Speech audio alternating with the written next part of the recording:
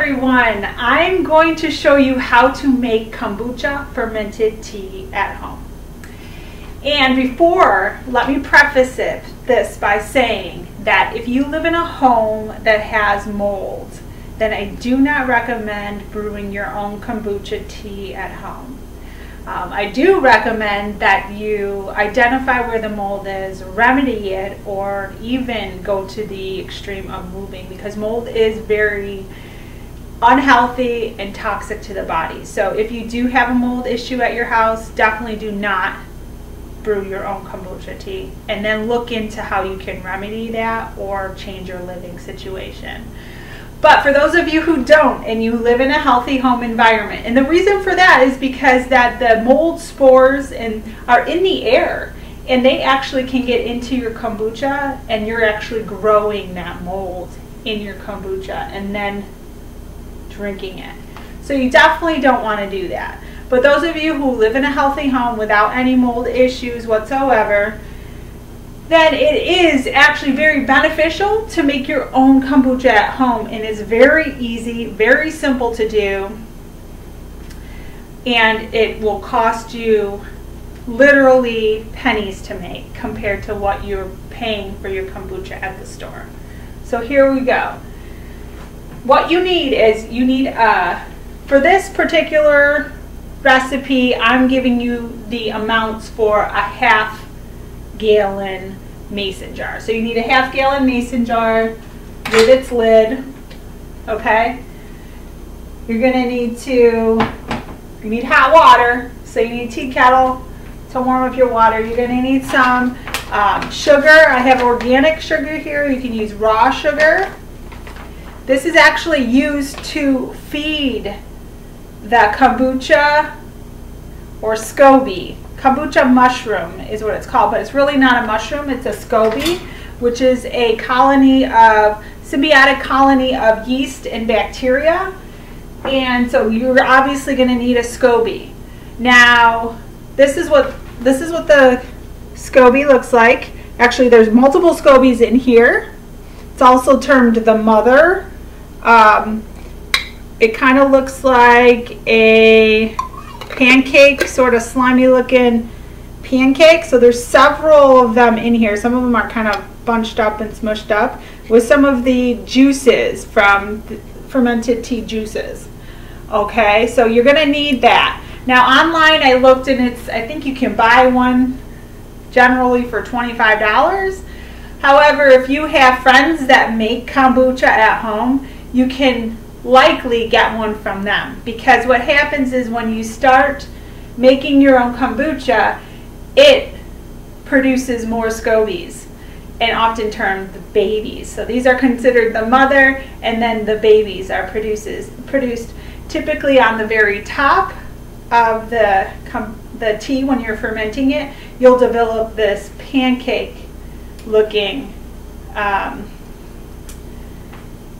substance, which is really another SCOBY forming. And so what happens is you end up producing multiple SCOBYs, whereas then I have all of these. These are actually from my sister.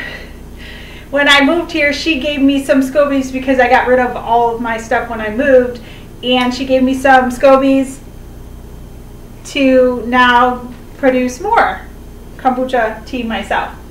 So if you have a friend, you might be able to get that for free. So that's step number one. You need to have a SCOBY. Once you have that, then what you're going to do, step two, is boil your water. I already have some boiled water here. Take your half gallon mason jar and fill it 3/4 full.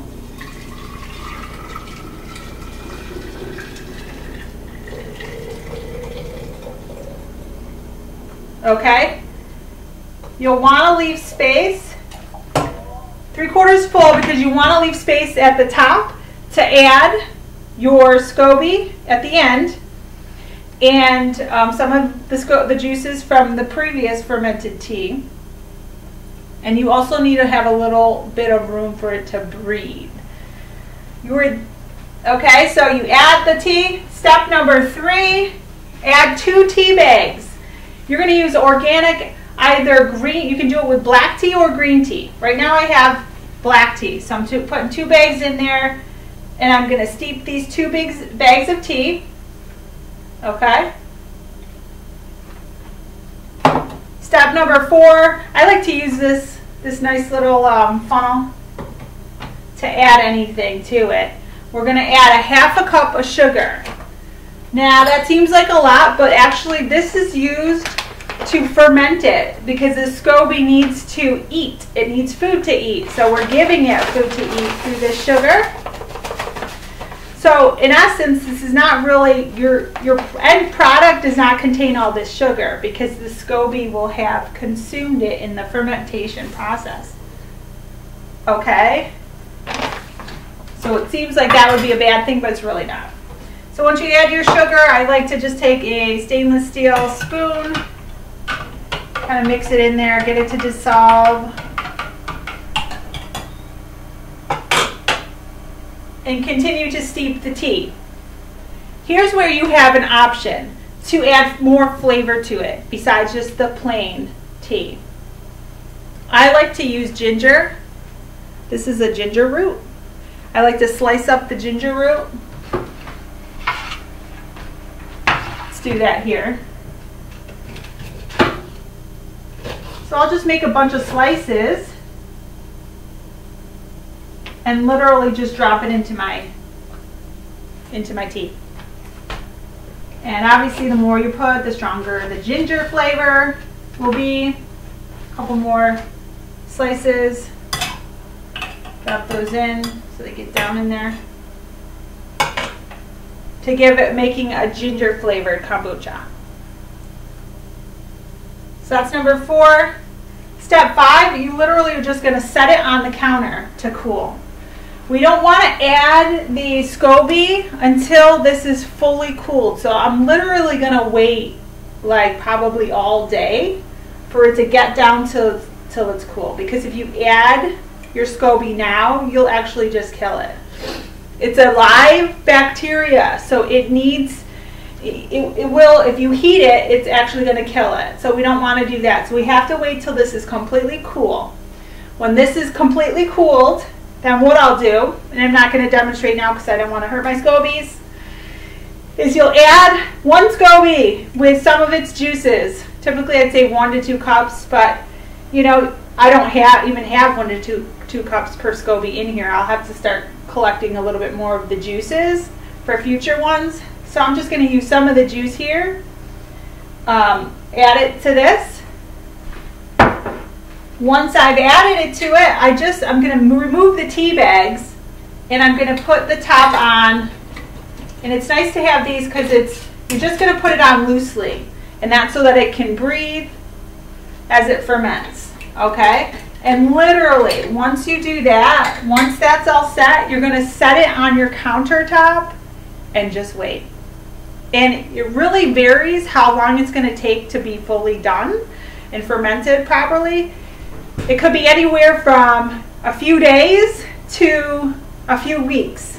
Honestly, it depends on the temperature in your home. The warmer it is, it's going to ferment faster. The colder it is, so if you keep your house really cold, and I was brewing this once in a very cold house, and it literally took like 4 weeks to get this thing fermented. Okay, so it really varies based on the temperature in your home. And you can test it. So what you'll do is just take a little bit of it and drink it and see what it tastes like. If it tastes sweet still, that means that the sugar has not been consumed by the SCOBY and it's not ready yet. Once it starts tasting more less sweet, or not sweet at all actually, and more vinegary type of a taste, you do have the option to add other flavors at this time, such as I've done raspberries and strawberries. Just depends. You can play with it with different things. And some kombuchas are made without using sugar, but just using like fruits and the juices of fruits to feed the SCOBY. It needs something with sugar in it to feed it, okay? And let's see, what else? That's it. That's how easy it is to make kombucha tea yourself. And like I said, pennies. What did it cost me? A half a cup of sugar, whatever that was, and 2 tea bags. So very inexpensive. And this is a half gallon. And oftentimes I'll make a few of these all at once, so it's brewing at once. Okay, hope you enjoyed this. Let me know if you decide or have ever made kombucha at home, or if you decide to try to make kombucha at home. I know it seems scary at first. I was scared to try it for the first time too. Anything that's new can be a little bit intimidating, but it's really so very simple. If you have a SCOBY, then it's real easy. Really, really super easily. So let me know if you try this.